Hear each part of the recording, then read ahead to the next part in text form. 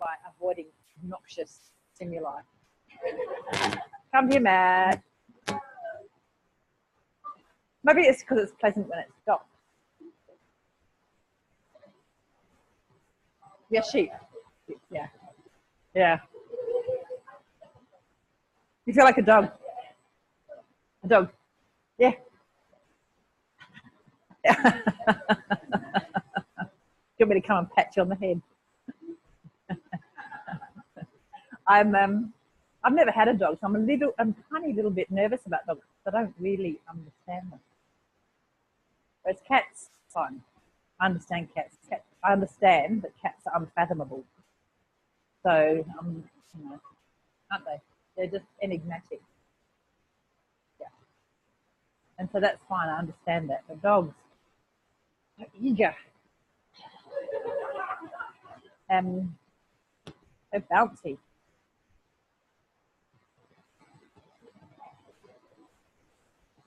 Cats can be terrible. Yeah. They're complex. Yeah. Oh, now you've started me talking about cats. My cat. Let me tell you about my cat. Because it's about as boring as hearing about my children. He's beautiful. Oh, yeah, my son. Extraordinarily responsible. It's really funny when you see kids grow up and they're more responsible than you are. It's bizarre. It's so responsible.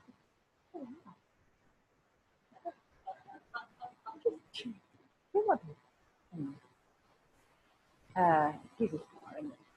So good. So good. So lie on your back.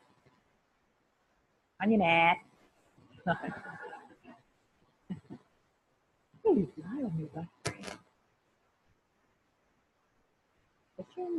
Assume the supine position. Electronic voices are so funny out there. There's one, I think it's quite a common one in lifts. And honestly, this woman's voice is level 7, and it's like such a seductive voice, and it's so inappropriate. It's in an elevator, and you get doors. So it doesn't say doors. So level 5. It's like, stop it. Stop flirting with me, you unknown woman. You're revolting. Just tell me what. I don't even need to know what level it is actually. But anyway. Yeah, voices. So this is actually an interesting point. Some, you know, we've mentioned it. It's come up in the job spec, and I know you talked about a little bit about it last week. And the use of voice in teaching ATM, it can be a deal breaker.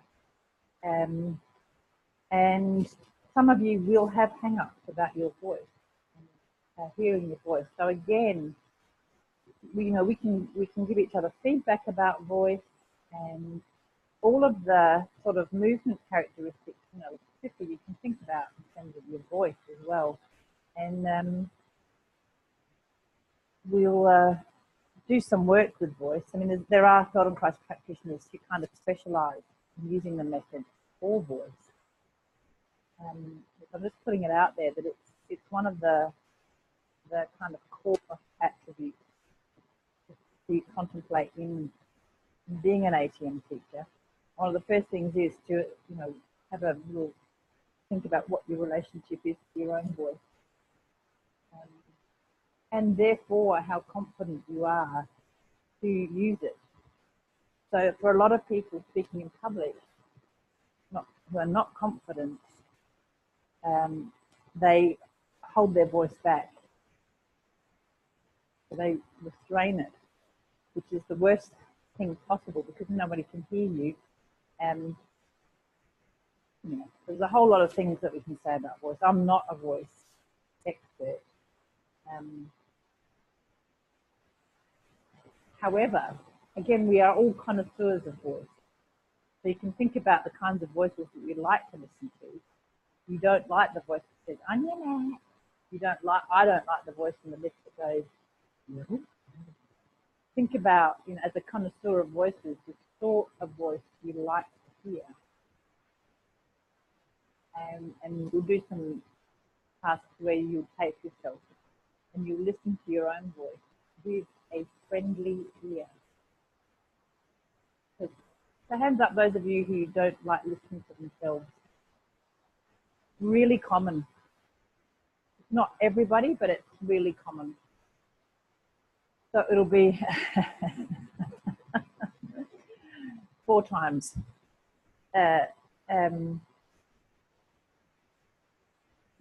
It's just another little challenge that you will be pleased to address. All right, so that's given you time to settle onto the floor and become acquainted with this different foundation of the back of you, so the back of the trunk, back of the leg, back of the arms, the back of the head.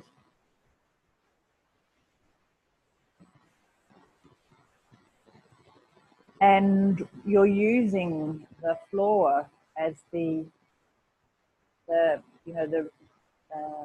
receiver or the provider of the foundation. And it gives you this information about what your base is, what your basis is. So how do you go about becoming aware of the front of you? So the floor gives you a sense of the length of your spine and the length of your legs from the back point of view. What about the length of the front of you? How do you go about sensing that?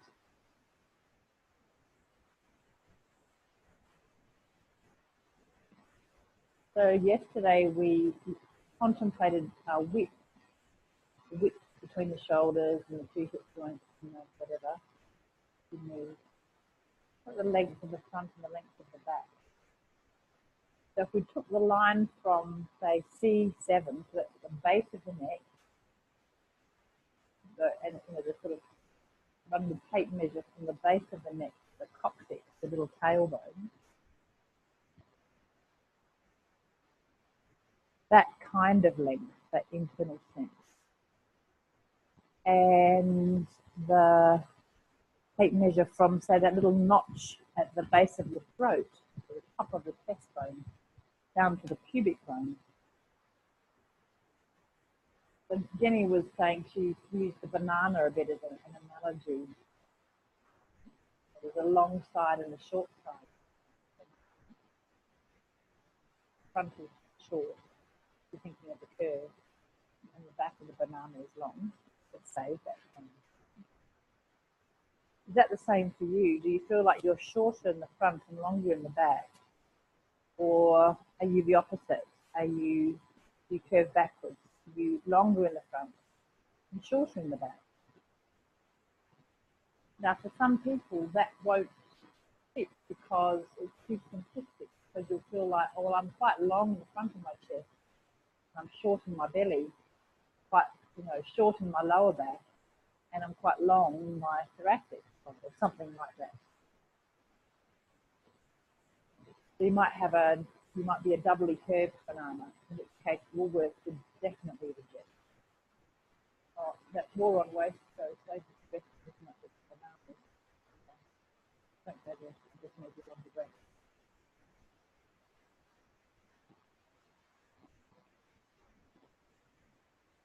So having a sense of these curves. And this is not if you look at the skeleton, I mean, there are inherent curves in the spinal. I'm not asking you necessarily to just stay with the skeletal curves, but what's your actual sense of this from an effort, from a work point of view? Because in a curve like that in the body, there's probably, if you're on the inside of the curve, like where the shorter side, the inside of the curve, it's probably maybe, I'll soften it probably to maybe where there's more work. And the outside curve maybe is where it's hard to work because the muscles are so long. Maybe. So do you have this kind of sense of shortening? being shorter, shortening, not just shorter, but shortening as a verb, rather than like as a doing thing rather than a state.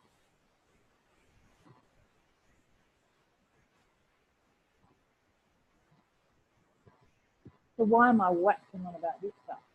Well, it's been occurring to me every night when I'm going through this process of trying to decipher this theory, is that, and the martial artists in the room kind of get it, is that this kind of organisation that Feldenkrais is after is that we can maintain a sense of length in the front and the back of us, i.e. the whole of us. So we don't, so when we need to shorten, we can shorten. When we need to lengthen, we can lengthen, any of these dimensions. And we can come back to this kind of state of quietness where we are neither short nor long in that sense. There's not this contrast.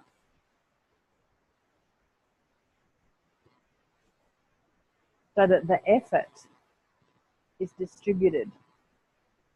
And we have this kind of equipoise. So we feel long, but we're not lengthening as such, or shortening as such. We stay in this equipoise. And in the kata, it's maintaining that sense through the trunk as we're going forwards and backwards. I'll give you, that's the punchline of the kata. That's my current estimation of what it's all about. This kind of organisation that gives you that sense of the trunk is neither, within itself, is neither lengthening nor shortening. Now, you could interpret that as a plank, you know, like the trunk is not moving. However, plank for a martial artist is you know, like on a bull, completely useless. You know, you would, if you are planking as a martial artist, you probably don't be dead very quick because you are stiff, right? You're not moving. So there is not a sense of holding rigid in the kata. It's just about organising so that the trunk maintains a certain line. No, it's way too many words, but I'm just putting it out there because I did promise that I would share my musings and process about kata. Okay. So roll on to your right side.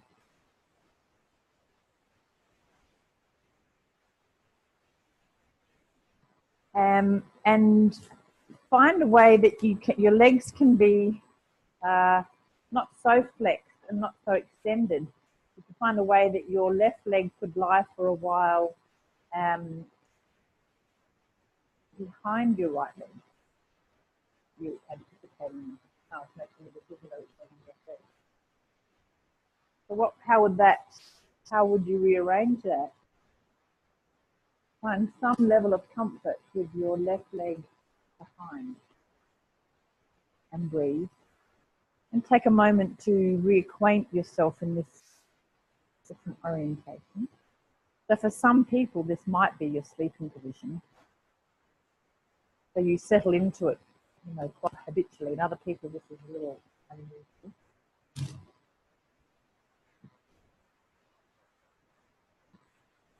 Now find a way that the left leg could be in front of the right leg.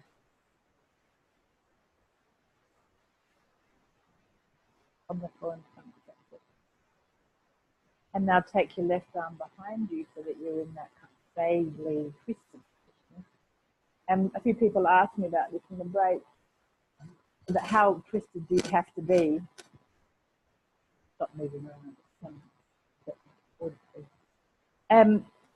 Yesterday, it was more important that your shoulders are on the ground and that your legs weren't so much.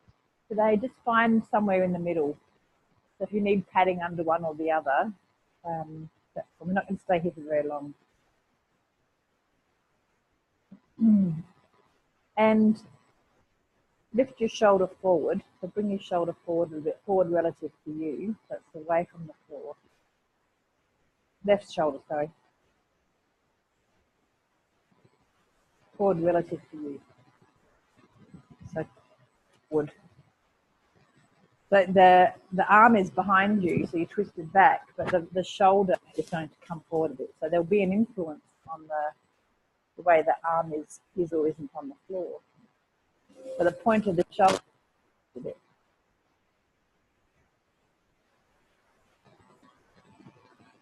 And begin to combine the forward movement of the shoulder with the lifting of the head. I don't know why I'm fuzzing. And what would be the pathway?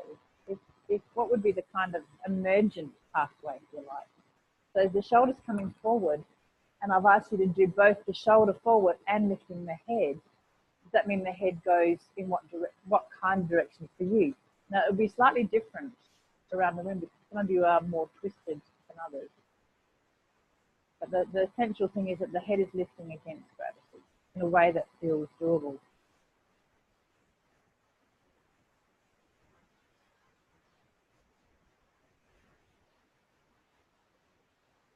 And before you lift the next time, could you find a way to maybe put your right hand underneath your head to help the lift? Or not?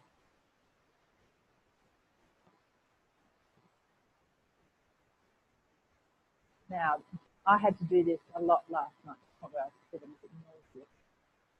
I'm thinking that the point of this is the actual letting go, the coming back down.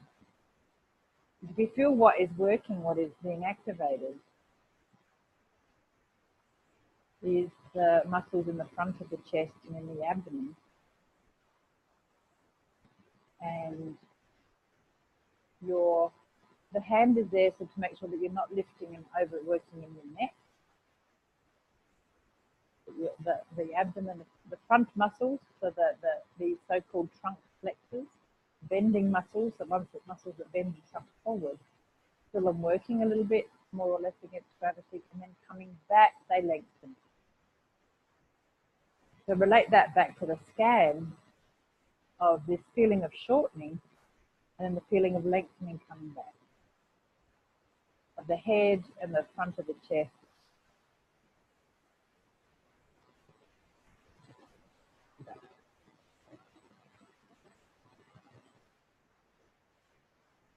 Would leave it, find a way to lengthen your legs so that you come onto your back.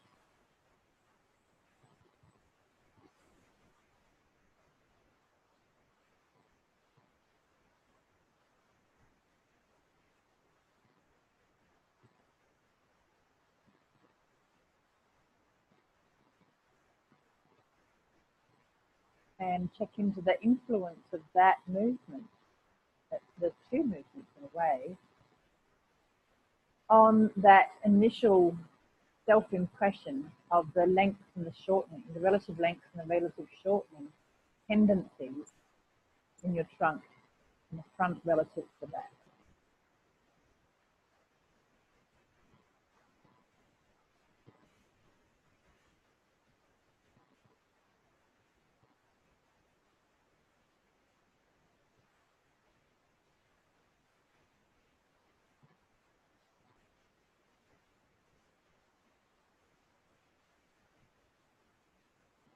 And roll onto your left side.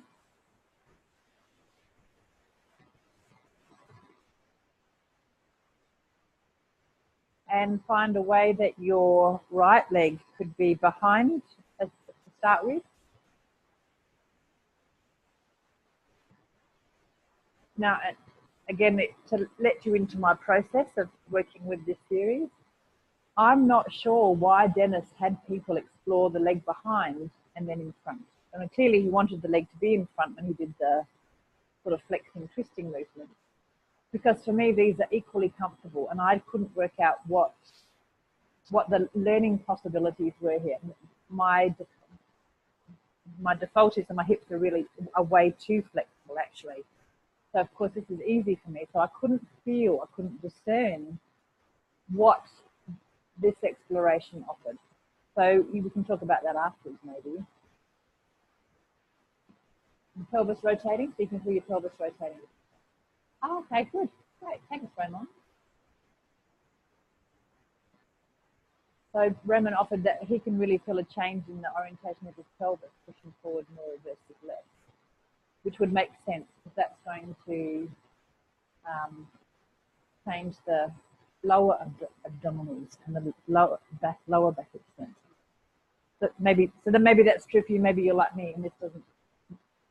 The movement happens all in my hips, and my pelvis doesn't change, which is one of my life challenges. Okay, so end up with your leg in front.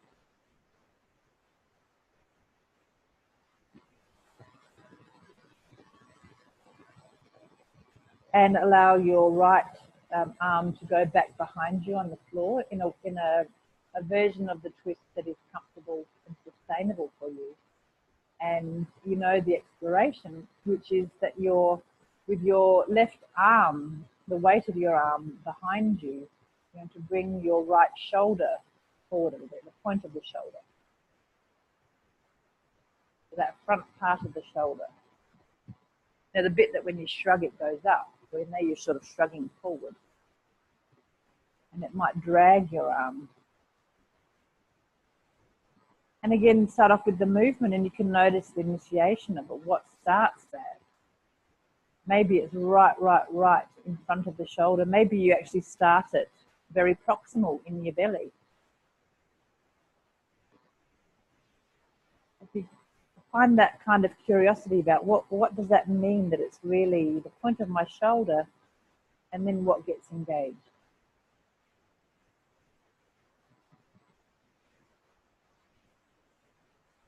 What starts going along to the right.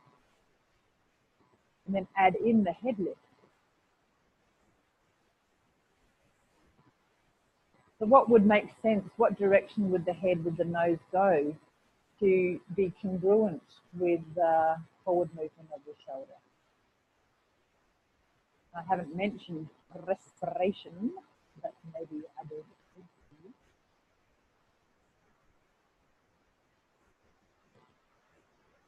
Interesting, I was talking for a while with a physio from Perth who hasn't done the pelvic floor training. All she'd picked up from workshops was our efficient breath. So she incorporated that into her practice. And that was such a key marker for her that she was, in a way, that for her that was enough, that she could bring awareness of the breath into her exercise classes with her clients and her individual therapy sessions with her clients. And it was a very interesting idea, and we actually picked up a really nice there's a project around it, but I haven't fallen off the planet. But you know, that's really interesting in itself, isn't it? We could just take the breath and and there's a whole, there are many approaches that simply use the breath. Have I asked you to add in your right hand to help your head with? Left hand. You can use your left hand to help with the head lift. Left hand, your other left hand. So the right shoulder is going forward relative to you. The head is lifting and the left hand. And if you notice that you are pushing with your right hand on the floor, can you allow that to cease so that you really feel this organization in the trunk that allows your shoulder to go forward relative to you? And that it's your trunk, and that if you're noticing any effort or tiredness in the front of the throat, cease and resist. Because that you've uncovered a bit of a habit that you initiate more with your neck muscles, and is not what we're interested in.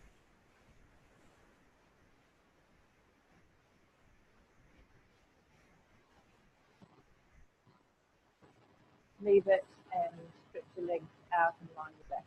Okay? For a pause. So one of my colleagues, Alan Costello, always uses the word pause and not the word rest, because he doesn't want people to completely disengage. Rest, in some people's minds, rest means one or not. But this is another aspect of ATM teaching. You think carefully about your choice of words and how they're going to land on somebody and how they're going to be interpreted.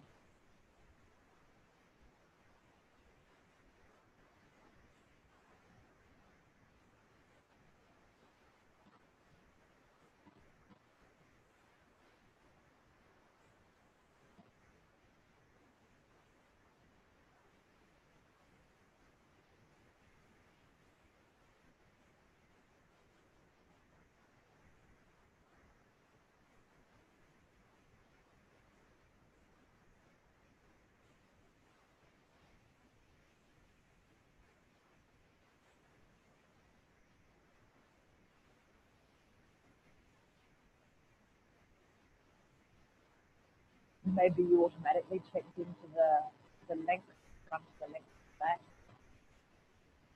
or in a more differentiated way, the length of the back of the chest and the length of the front of the chest, the length of the front of the tummy, the length of the back, the lower back, and roll onto your stomach.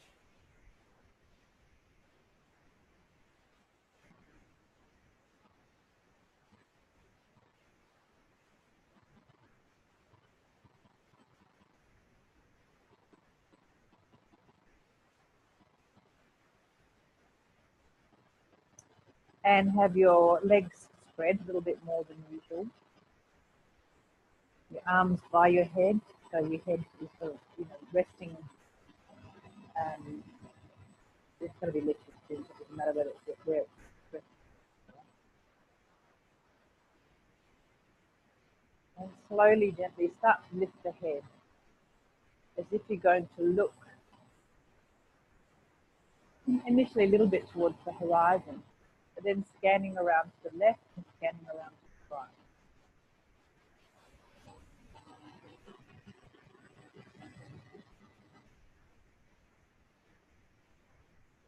And how does that lift?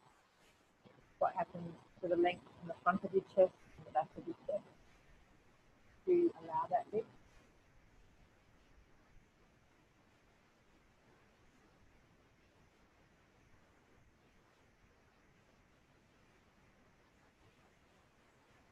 And then add in lifting the arms as well. So gently, even if it's a tiny little bit, so that you can lift your arms and your head to look a little bit to the left, a little bit to the right.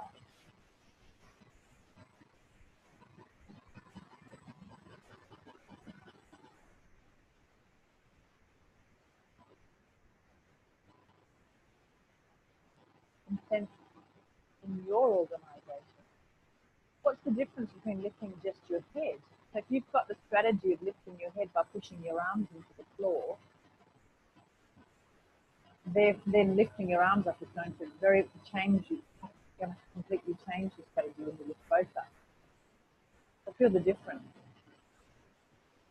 So I can absolutely observe why he's added in the lifting of the arms to make sure that he's getting the work, the activation happening where you can feel it for yourself. If you lift your arms and your head, there aren't any alternatives. In a way, you have to start using the extensive in the back because you are lifting up. You feel the difference between pushing up and lifting everything.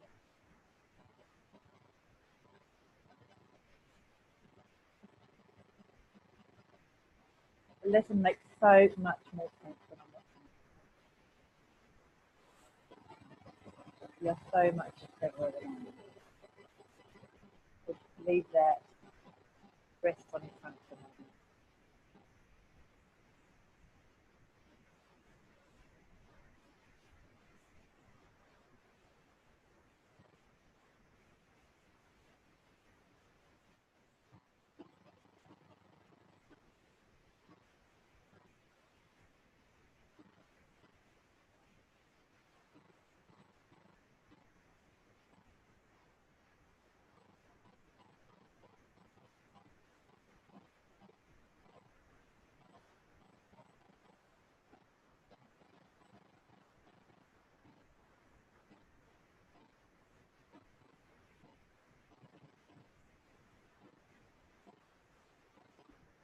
On the way to roll from your front onto your right side.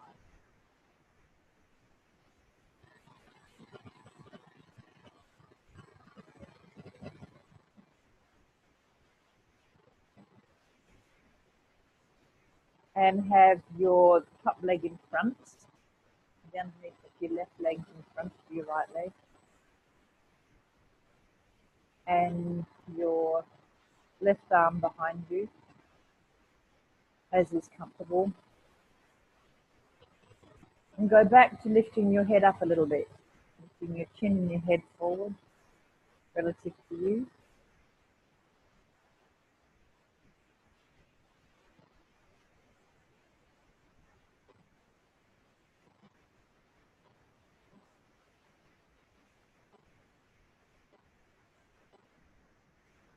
So here's another move that you can help me decipher. I actually have got WTF written on.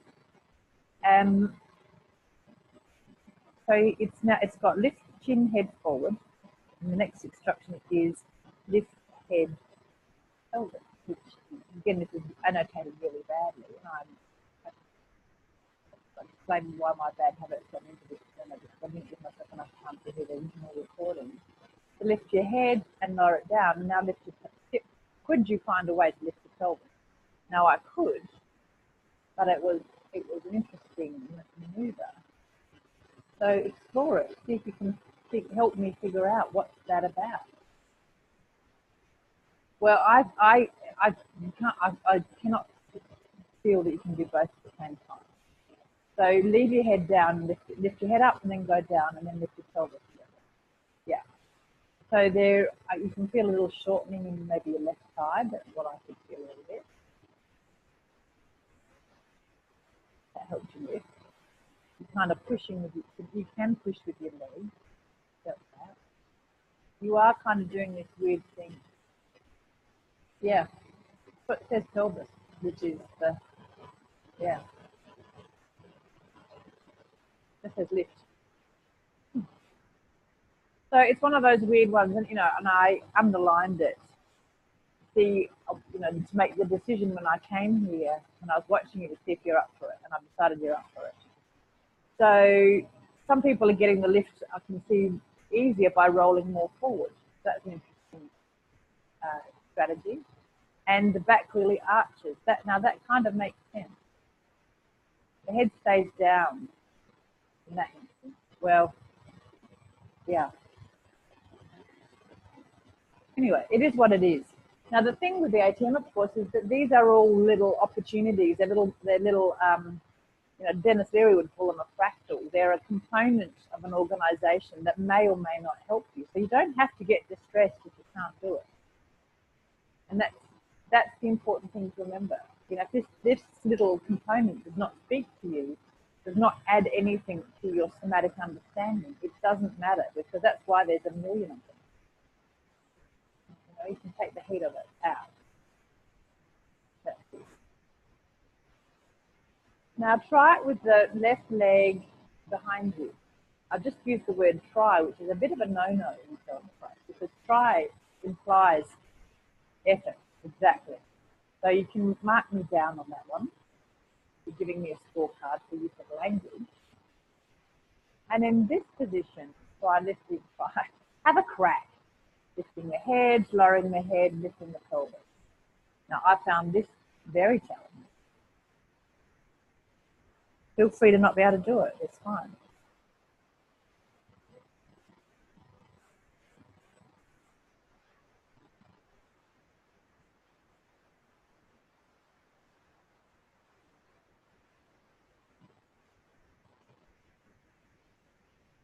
Maybe. Yeah. Of course, the provisos are you don't hurt yourself, you don't use excessive effort, you maintain a curiosity, you stay in comfort. You might laugh, but staying in comfort in this position is hardly staying in comfort. I actually sleep a little bit like this, so this is not a challenge. Now leave that, and could you is a yes or no thing, so we can mark me down on that as well. Would it be possible to find a way to lift your legs up? Yeah. As comfortable as it can be, yeah. both legs. It says legs. Switch to lifting legs, it says. So some of you are just lifting from, so you're rotating in your hips so that the feet lift, the knees stay on the ground. Others of you are lifting the whole leg from the hip joint.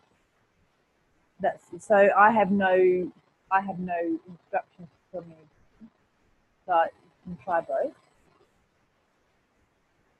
And I would leave it at that because it's quite a demanding movement. And roll onto your back. Lengthen your legs, roll onto your back. So they're my WTF instructions. We'll do them on the left and we'll see if they make any more sense in the back.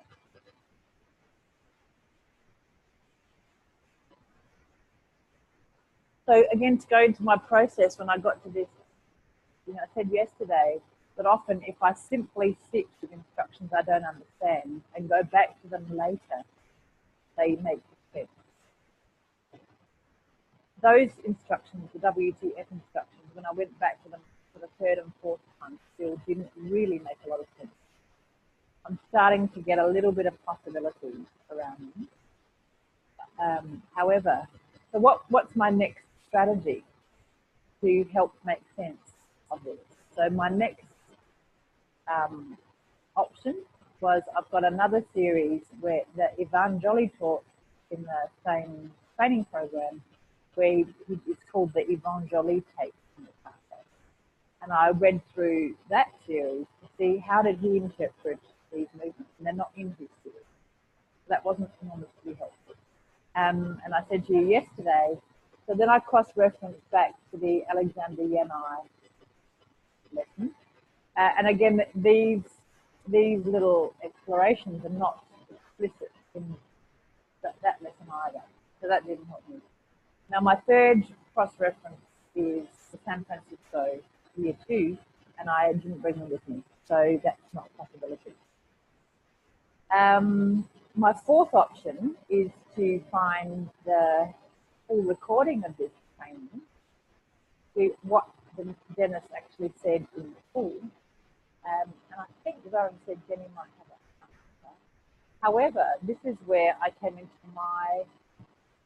the personal barrier to my learning that I constantly set myself up. Is when I do things at the last minute, it does not give me time to go to plan D, right?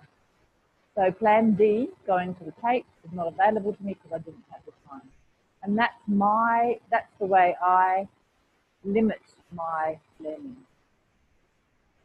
Right? So there's great strength in my ability to learn quickly and immediately fire. It means things are very fresh, but there is a downside to it, and I have to own that habit. It doesn't. Sometimes it serves me very well, and I get away with it. It served me very well in my career, but in this instance, to help me understand this lesson, it has not served me well. Now, do I go kicking, crying and screaming and saying I'm a failure? No, I just go, oh, Susan, you are so funny, you've done it.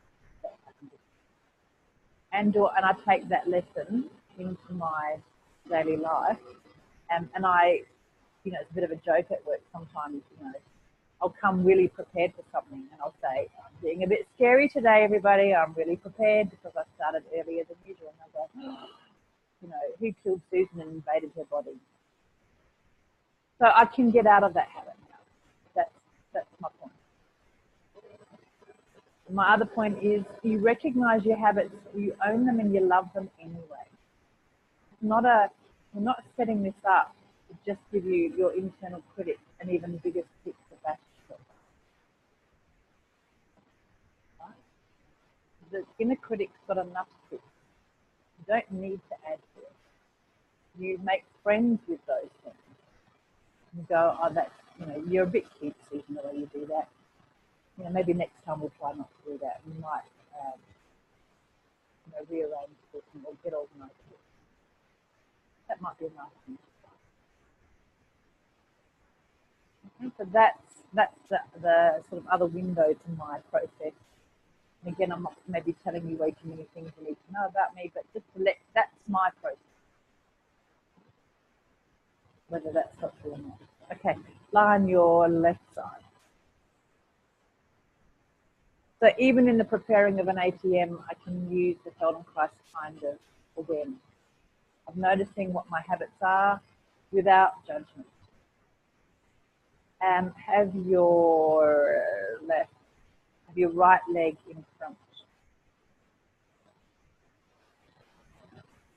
And your right arm is draped behind you in a way that's sustainable,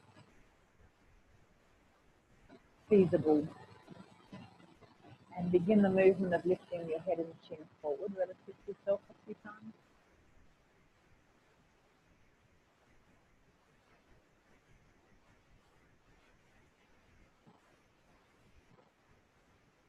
Noticing that sequence of the head picking up and the influence of that throughout the rest of the skeleton. Noticing where the effort may or may not be, how you can shift the effort around.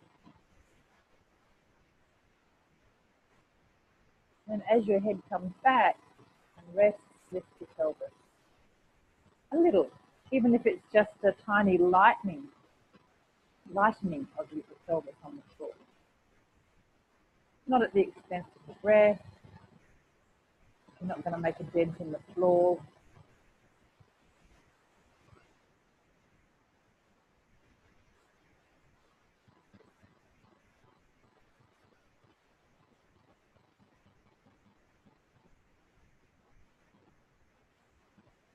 Try those two different lifts, the head lift and the pelvis lift with the right leg behind the left.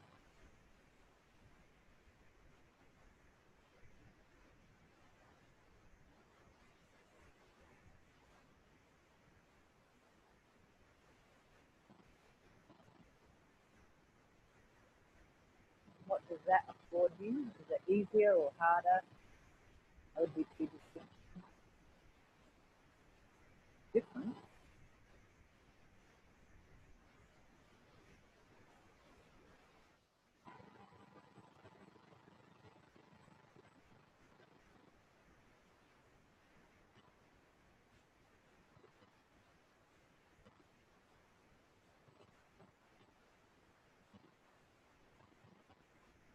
Leave that and then contemplate and then explore the lifting of the leg.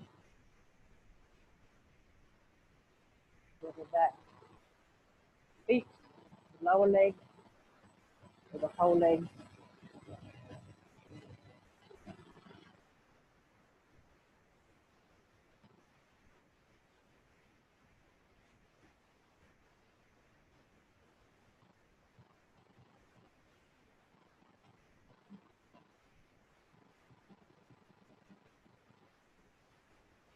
Leave that and lengthen your legs.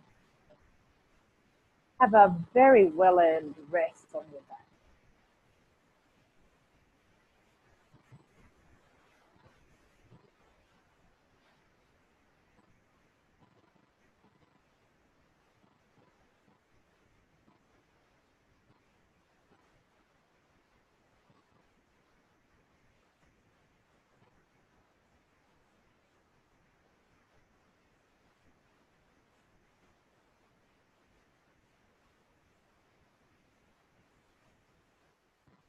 Again, that was interesting watching because you were really creative about finding ways to lighten the density of the pelvis on the floor. And I'm starting to get an idea that the point of that exploration is, in order for the pelvis to be lighter on the floor, you were engaging those trunk muscles, particularly between the ribs and the pelvis, in the front or the sides or the back, because all of you were doing different permutations of that. Some of you were using the muscles in the front more, some of you were using the side muscles more, and you do your back muscles more. So I think in that sense, I'm observing that there are some useful explorations there about activating these muscles that connect the upper trunk to the lower trunk. So I'm getting an approximation of an understanding.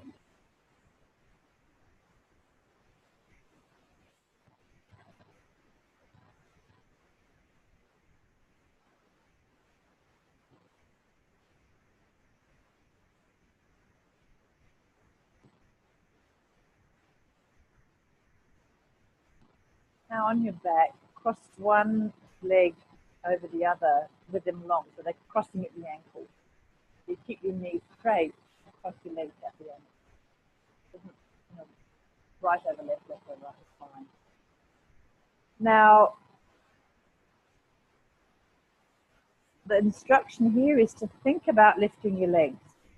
Now, that will raise antibodies in some people immediately, because lifting very long legs together it does put a strain on the back. Can put a strain on the back. So for some people it's nothing. Other people this is no, I don't want to do it. So don't do it if you don't want to. Think about it. And if you would like to go ahead and just try. What a disgusting set of words. So you're lifting the heels, the knees stay straight. And there will be an arch in the back for most people. And that's what we're interested in. The initial lift, the initiation, is that you will feel potentially a little arch in the back. And that's the psoas muscle.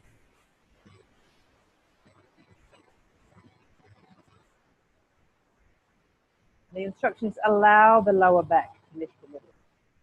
So for some people, they can keep the small of the back flat and do this, which is a different kind of organisation. This one is allowing the lower back to lift a little, which is so this is quite why this is such an unusual series. It's really honing in on particular muscle groups. Why I wouldn't do this with the public.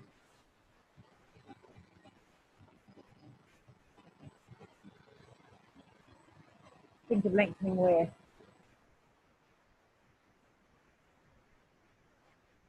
Yeah, good. Think of keeping your neck soft. Absolutely, that's a really good point. The whole with the Carter, he's constantly coming back to keeping the neck soft. Yep, keeping the.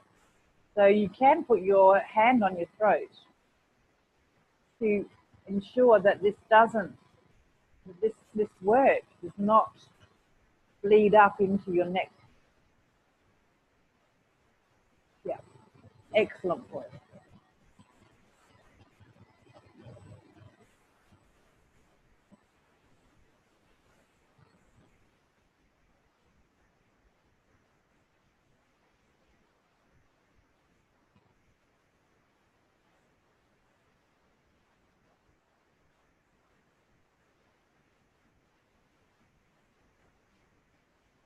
Leave that, let your legs lie quiet.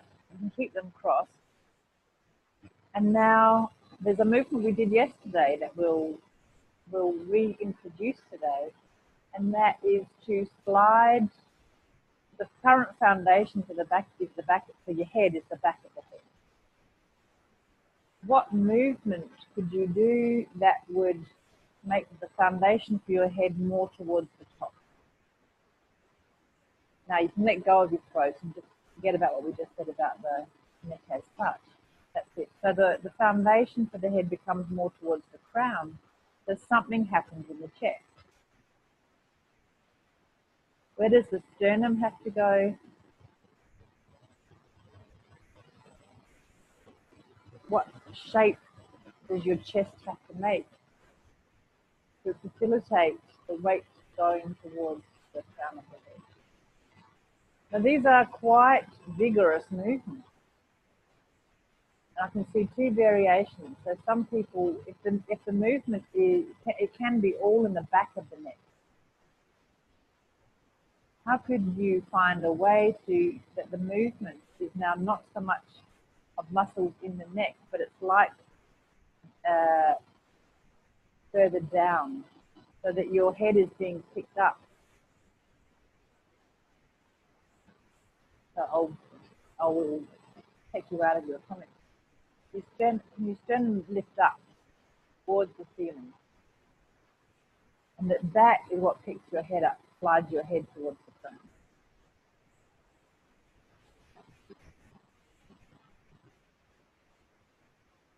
So try the opposite relationship. So that's one relationship, is you can sink your head and arch more in your upper neck. Try having the the chest go up and the head is passive. So the initiation is now in the chest, not the head.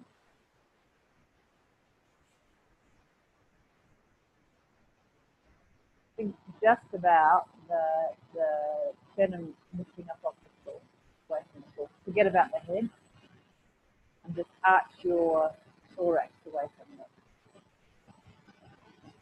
There you go. Now, yeah. So you've got a long neck. So that's more from the belly. Think about maybe your shoulders going back into the floor. That's it. So now I can see the sense of yesterday's movement. So that's another. So what you were doing before is not wrong. That's a really intelligent solution. He's just got in mind a different exploration. Everybody else. So yeah, okay. Leave it, rest on the back.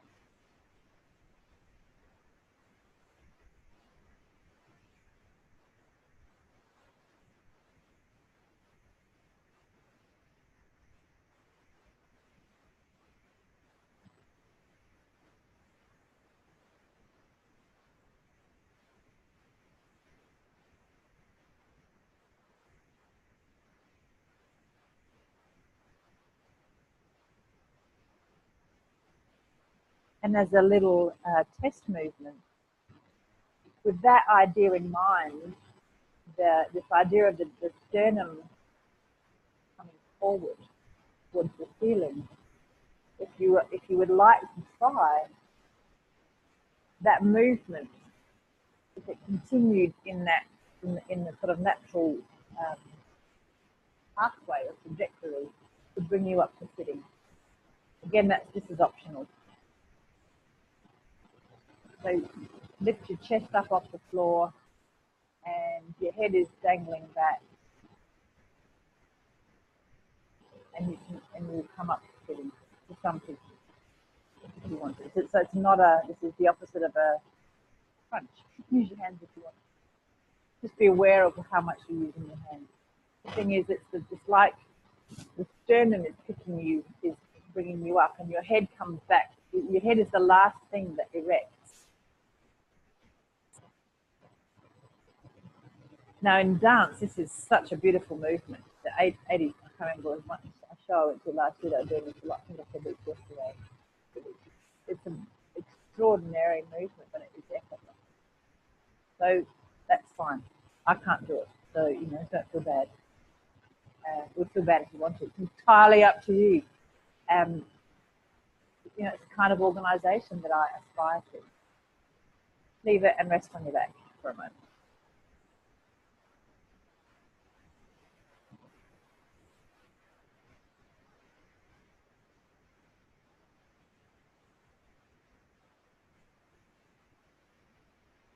Lie on your right side.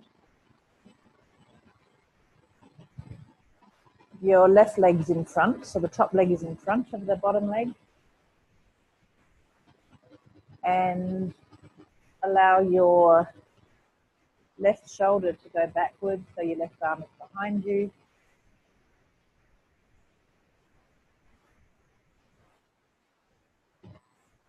And lift your pelvis a few times, or the approximation of lifting your pelvis a few times.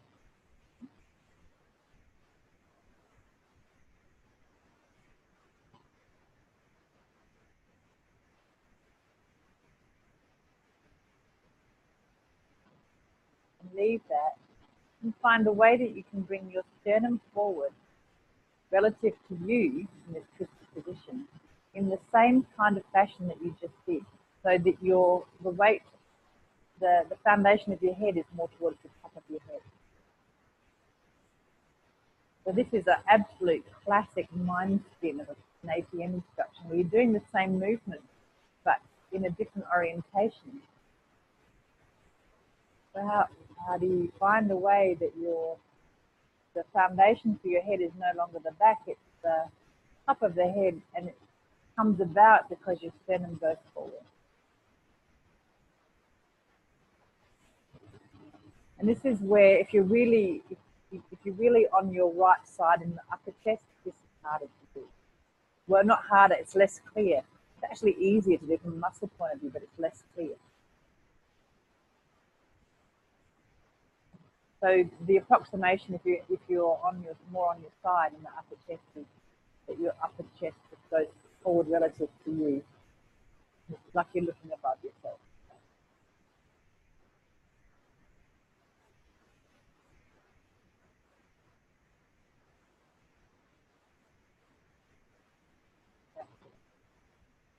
So there's this lengthening in the front of your chest and the shortening between your shoulder blades.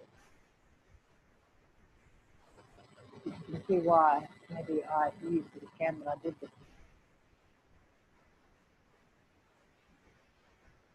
Leave that, roll onto your back for a moment, iron out any kinks.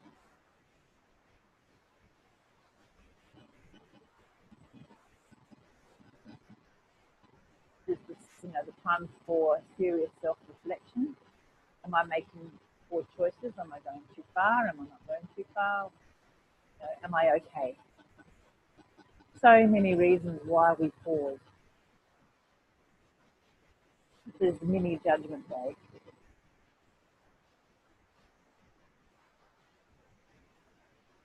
That's enough. Judgment days overrated. Lie on your left side and explore those same two ideas. It's lifting the pelvis. So your right leg is in front, so we establish the position. And play around with just how flexed your hips and knees are. And your right arm is behind you. And the exploration first is lifting the pelvis.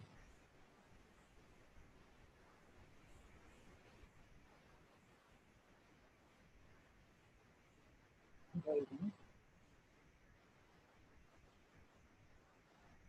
Then leaving the pelvis down and arching in the chest so that your sternum goes forward relative to you and you take more weight on the top of your head rather than the back of it.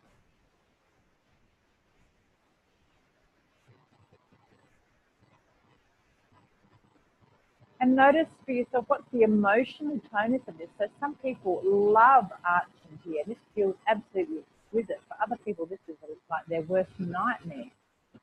And other people are sort of indifferent to it. We have a relationship to movements. There's an emotional tonus relative to it. And play with that.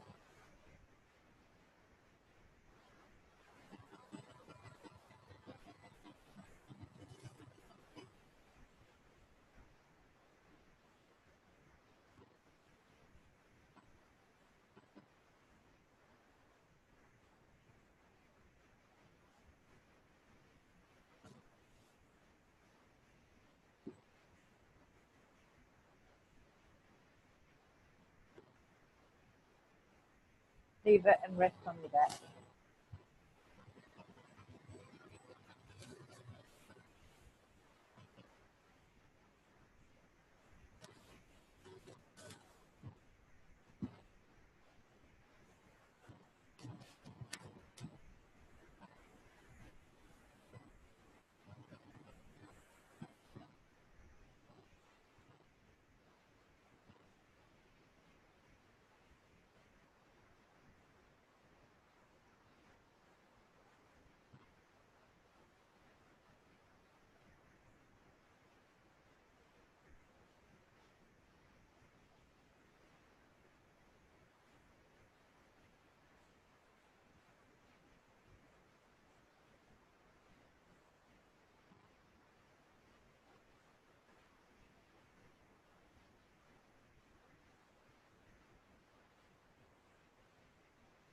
And roll onto your front.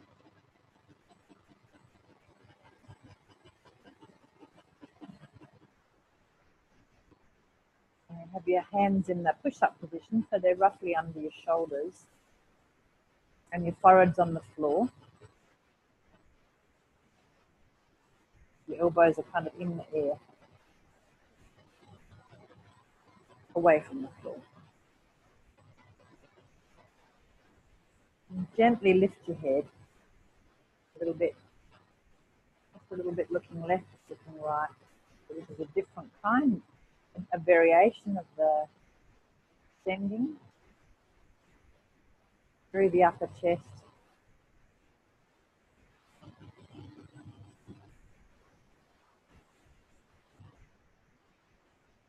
Allow your forehead to come back on the ground. Now roll your pelvis a little bit left and right. So the weight goes more onto one side of the pelvis than the other. So that's extending in through the trunk from the other end.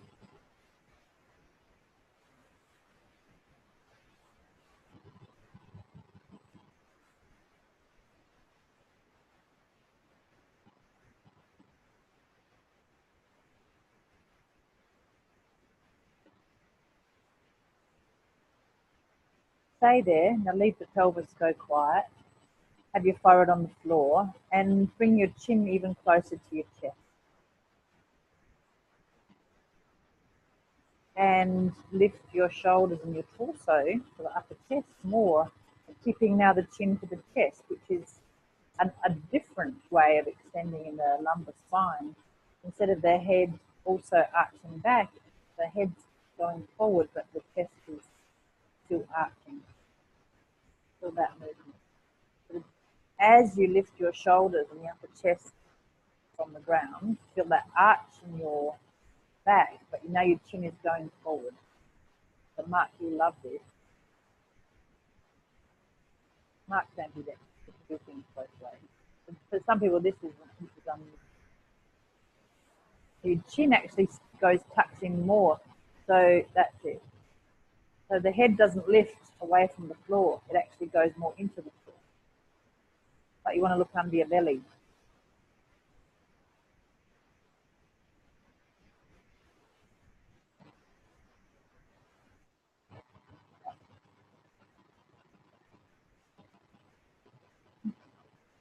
Yeah, you're going more towards the top of your head. Yeah. In a different way, with it, in a different relationship with the chest. Breathing.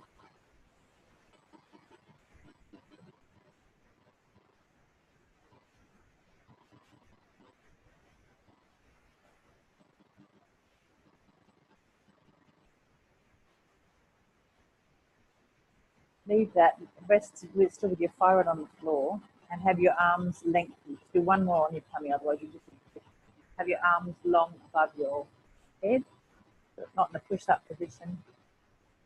And your elbows are quite wide.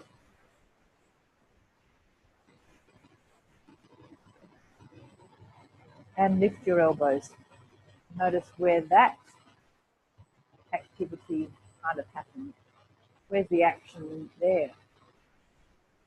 The influence of that on the chest, on your foundation in front.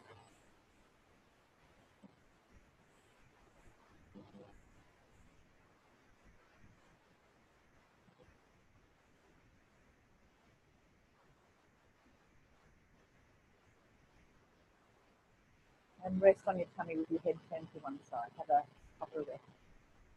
More on your tummy. I'll spare you the flip. Go into a position on your tummy that's restful.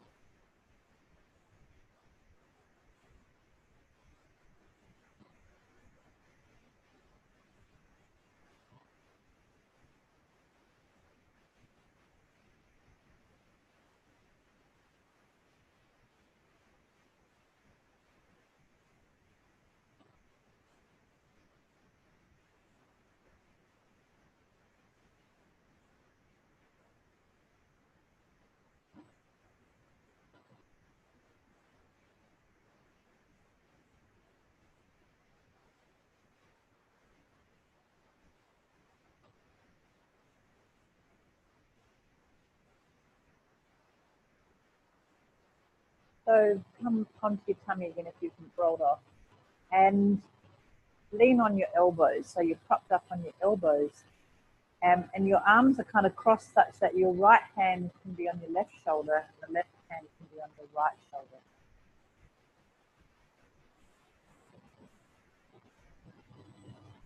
So you're leaning on your elbows and the left hand is on your right shoulder in that direction, and that's it. Like you're being very modest, kind of crossing your arms, kind of chest. And move your weight a little bit from side to side. So find a way that you could put more weight on your right elbow and then more weight on the left elbow.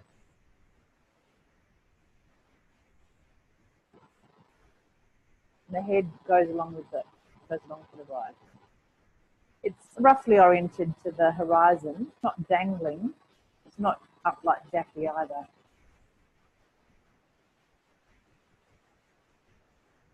They're not fixed as such. There's not a big movement. I'm saying all this with great authority. There's no instructions about this, but there's no reason to let them fly. It's a tiny movement, and I can see it is activating the extensors on different sides. So then the next thing, so that's shifting the weight at the upper body. Some of you are already rolling and shifting the weight on the pelvis. So do that now. And let the upper body go quiet.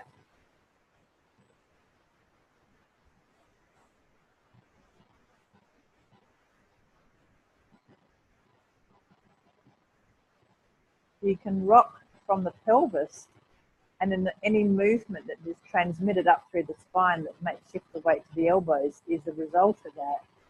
So the initiation is very much in the lower back. Then leave that and go back to rocking on the elbow. So the initiation is more in the upper back. That's it.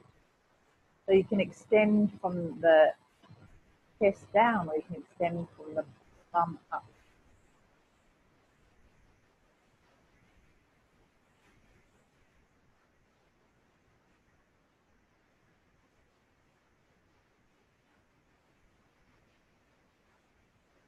Rest on your tummy for a moment. Just rest, pausing a little bit.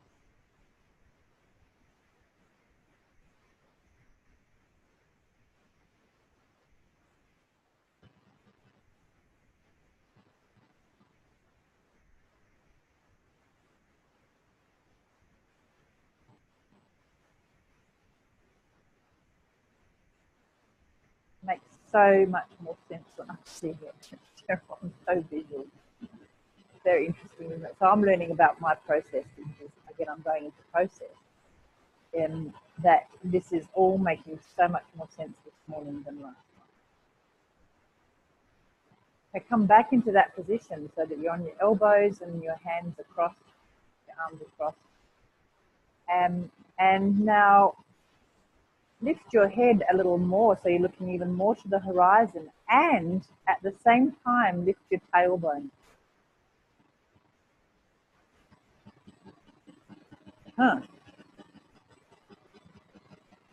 Find a way that you increase the arch. So by lifting your head, you're getting more of an arch forward in the upper back, and lifting the tailbone, you're getting more of an arch in the lower back as well. Now, for some people, this is, as I'll say it again, this is yummy. Getting this full arch backward. This is Kylie Minogue would be like, she lives here. But the back of her head and her coccyx are much closer together, right? It's the tips to the wind position. Yeah, but you're on your tummy. Right? And there's this big backward T curve, and then let it go a little bit and come back into that T curve. And again, you'll have a relationship to this. So for some people, this is yummy. Some people, this is scary. Other people, they're indifferent. And you go gently. Okay, and then tuck your toes. So stay in that position. Like, go put your hands in a push-up position.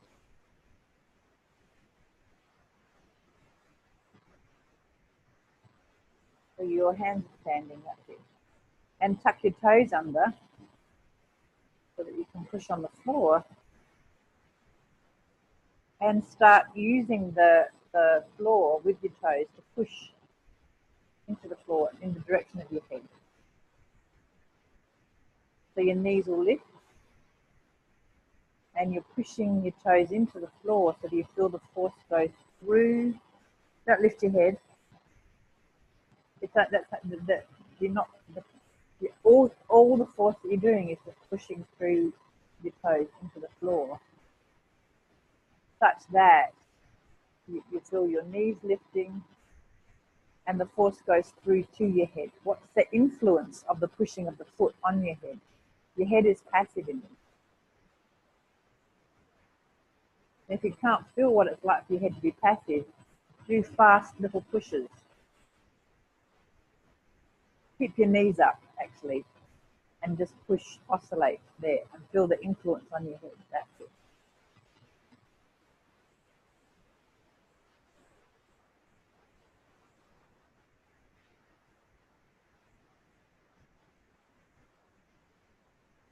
And then lift your head a little bit and feel the influence of the oscillation, those pushing.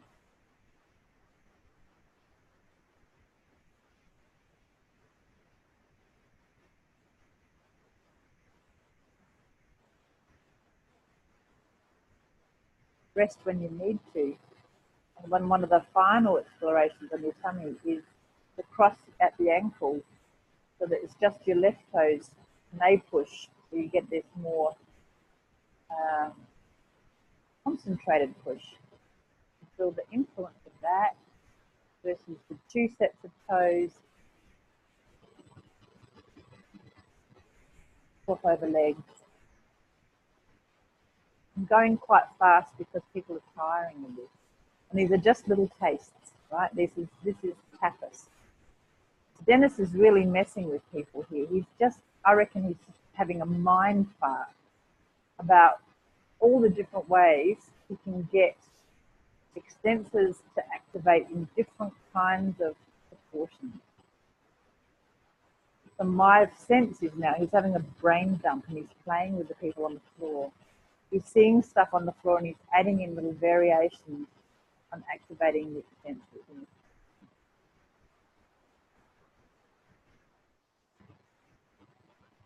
Roll onto your back and have a rest.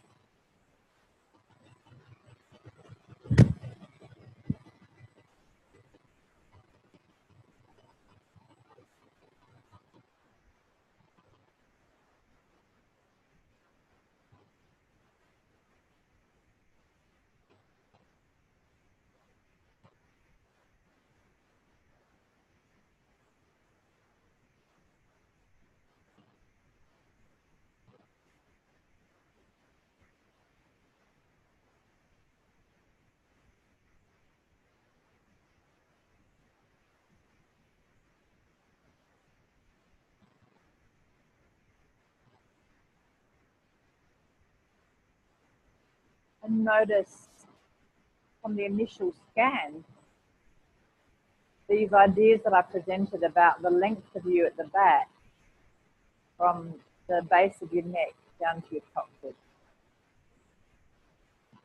and the length of you along the front from the base of your throat to the top of your sternum down to your pubic bone.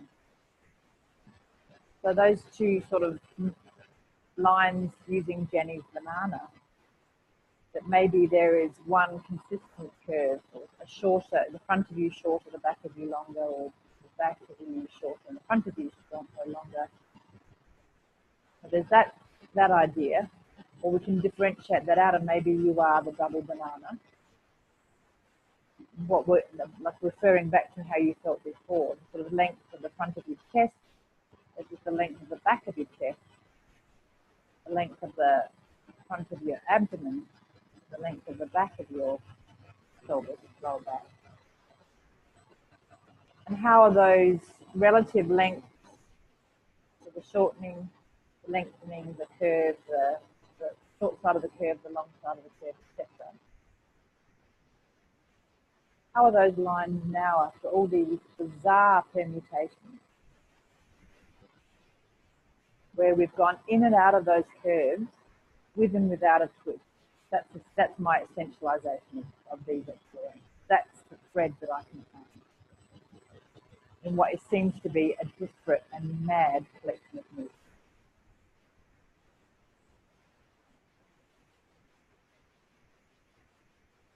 And the proof is in the pudding. How do you feel after that? What I've said is kind of irrelevant. What's the influence? Something, nothing.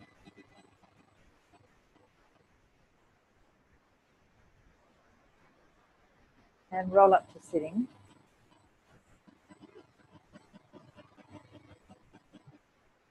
And we will finish with a little variation on the sort of overall test mood, if you like, which is sitting and your knees are bent in front of you, comfortably bent, so they're in front of you and comfortably bent. And you can have your hands on the floor or not, as the case may be, but if you have them on the floor, have your fingers forward. You don't have to have, in his instructions here, he doesn't have the hands on the floor. I'm just putting it in there because it's helped me. So this is an optional thing. And experiment with going backward and then coming forward.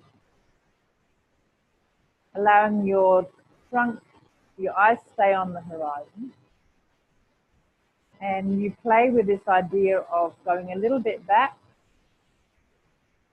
and a little bit forward. And start introducing this idea that instead of rounding to go back, that your trunk stays relatively erect going back.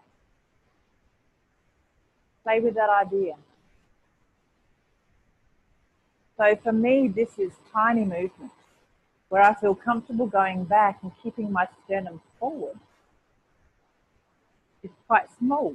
I have to be satisfied with quite small if I don't have my hands on the floor.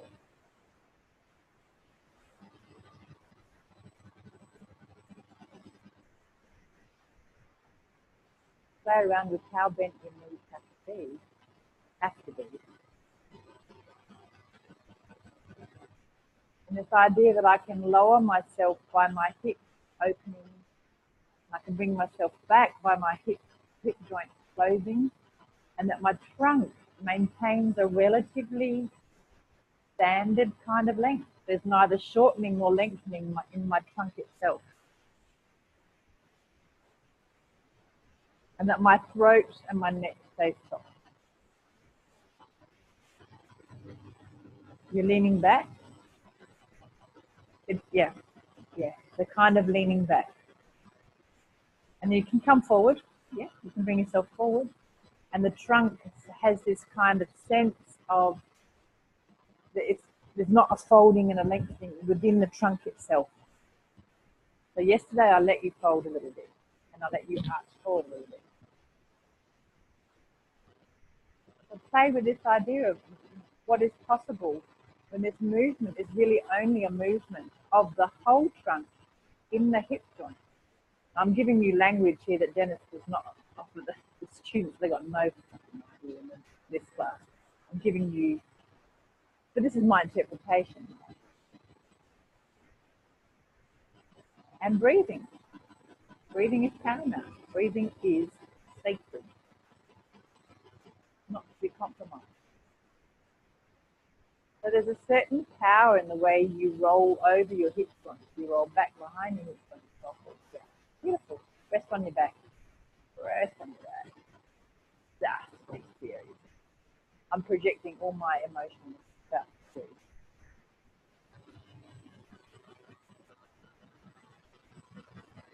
Okay. Oh, that was a marathon. It's the third in the series of the kata, and again, the window into my explorations is this is the one that I have really been challenged the most by. I'm feeling slightly more satisfied in that I'm starting to see a thread of connection, as I said. That's my process as a teacher. And oscillating between being a student on the floor and feeling this for myself, getting more information from an intellectual kind of point of view from other teachers. And I'd have to say I'm learning the most watching you. So that's kind of refreshing as a teacher, right? That I can come into teaching a class feeling a little unsure, but I have such experience of learning from watching a great set of minds on the floor. You've helped me fill in some more gaps. So I'm telling you that as a point of comfort. if you're going away thinking, gosh, Susan's really inadequate, why is Jenny hired her? She doesn't even know what she's doing. If that's your interpretation, I'm really sorry, because that's not my intention. My intention is to expose the humanity of this work, the possibilities for this work. Jenny's going, oh my God, Susan, you are so off the payroll. Aha, there you go. That's great.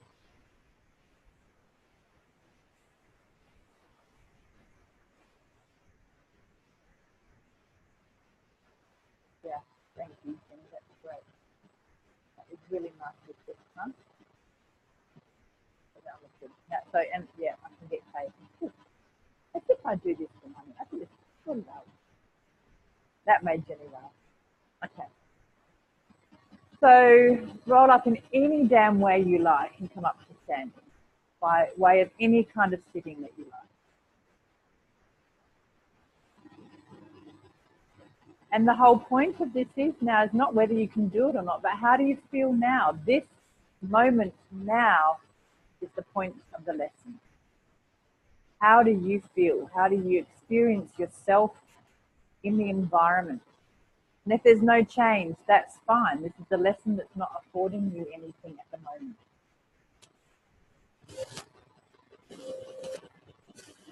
The silly nonsense on the floor is only for this. Yeah, it's puzzling. It's only for this moment to be puzzling. What's your relationship to yourself now in this moment? Where your eyes are, the head on your shoulders, not your head on someone else's shoulders. That would be, maybe you're having a little quiet cry.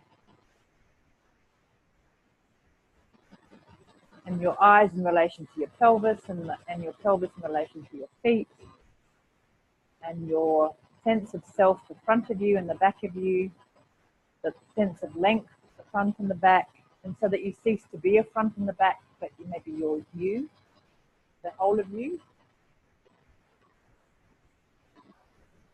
The sense that your front and the back are literally just two sides of the same person. They're integrated.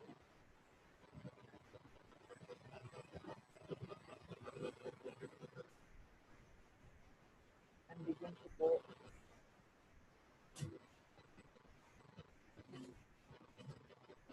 Do you like this state? Do you not like this state? What's your emotional relationship with this state of affairs?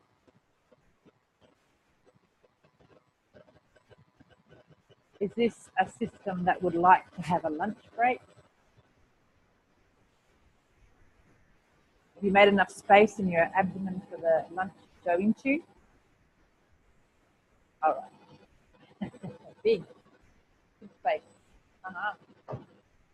Yeah, great. But yeah, 3D.